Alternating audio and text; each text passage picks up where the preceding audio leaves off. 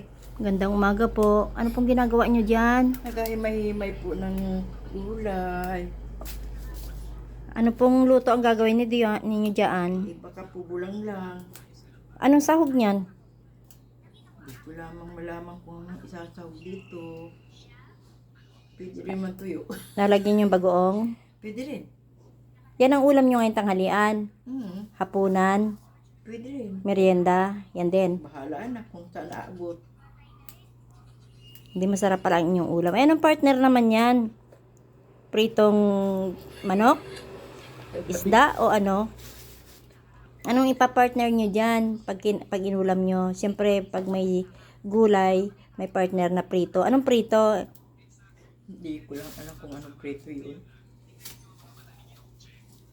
Hindi ba mahirap ang mag-isa sa buhay? Hindi naman. Kung mayroong maghabigay. May nagbibigay ba naman sa inyo? Kung sinong maawa.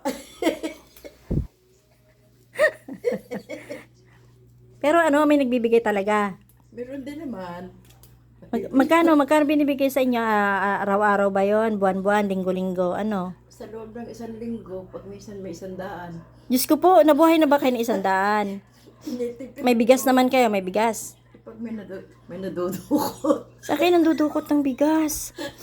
Sama yun. Pumila na lang kayo ng 20 pesos ang kilo. Wala nga ipila eh.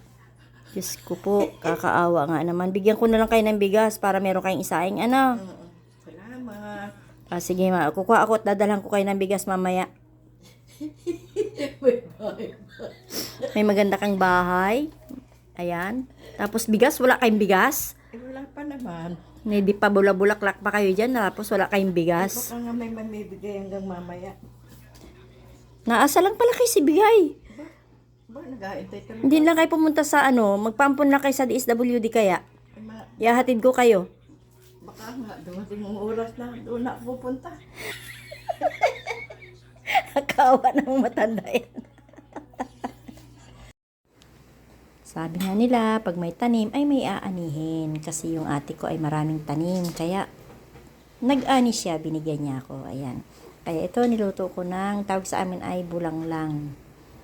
Nilagyan ko ng bagoong isda, kaunting patis. Yun lang pinag-ano ko, hindi ko na nilagyan ng kung ano-ano pa. Ay, may betchin siya konti. Tapos, kamatis, sibuyas, bawang at luya. Yun lang. Ito ang ulam namin ngayon. Tapos, ewan ko kung ano yung piprituhin ng mga anak ko. Kasi sa akin, ito ay sapat ng ulam. Basta may gulay. Ulam na yan sa akin.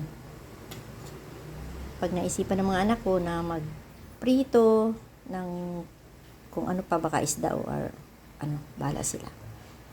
Tikman natin. Ayan, kumukulo na siya. Meron nga para siyang bataw. May dahon ng kalabasa, kung ano-ano na lang, mga pinitas-pitas ng ate ko sa kanyang taniman. Okay na, sarap na. Takpan natin ng saglit.